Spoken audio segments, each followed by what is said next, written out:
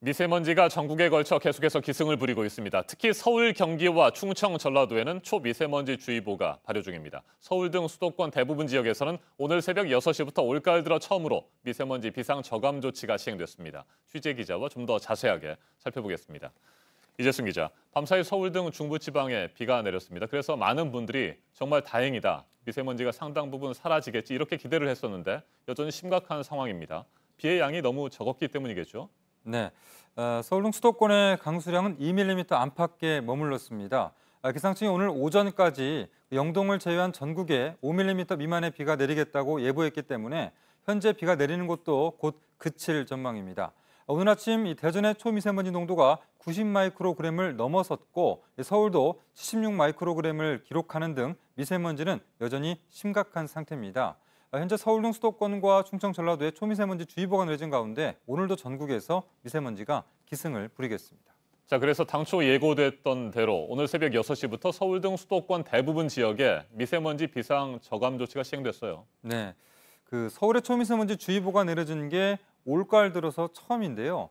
비상 저감 조치는 이틀 연속 미세먼지 나쁨이 예고될 때 내려지는데 오늘도 그만큼 대기가 어제처럼 탁한 상황입니다.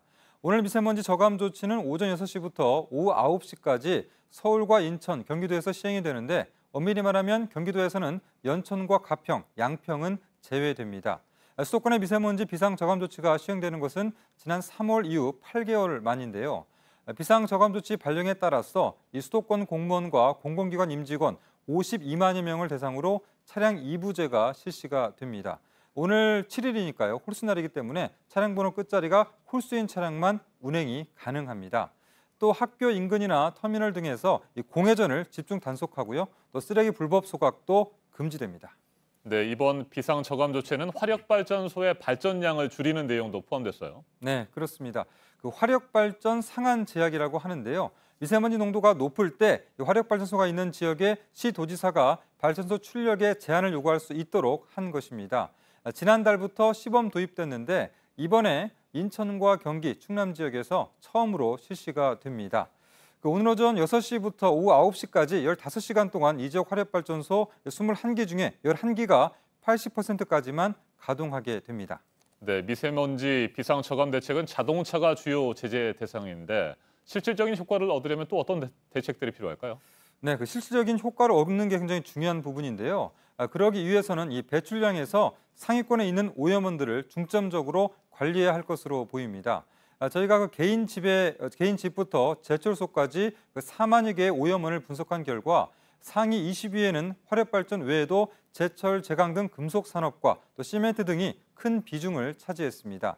전국의 자동차에서 1년간 나온 초미세먼지의 총합보다 2위에 오른 광양의 금속 산업에서 나온 양이 더 많았습니다. 또 바다에서 화물선과 어선이 뿜어내는 이 초미세먼지의 양도 석탄 발전소의 3배 달하는 것으로 드러났습니다. 이런 분야는 민간 영역이어서 곧바로 강제하기는 어렵지만 그래도 외면할 수 없는 부분입니다. 네, 초미세먼지는 오늘까지 기승을 부린 뒤에 내일 전국적으로 비가 많이 내리고 바람이 강하게 불면 대부분 사라지겠죠. 네, 오늘 내리는 비는 서해상에서 약한 기압골 때문인데요. 그러나 내일은 서해상부터 접근해서 우리나라를 통과하는 이 발달한 저기압의 영향을 받습니다.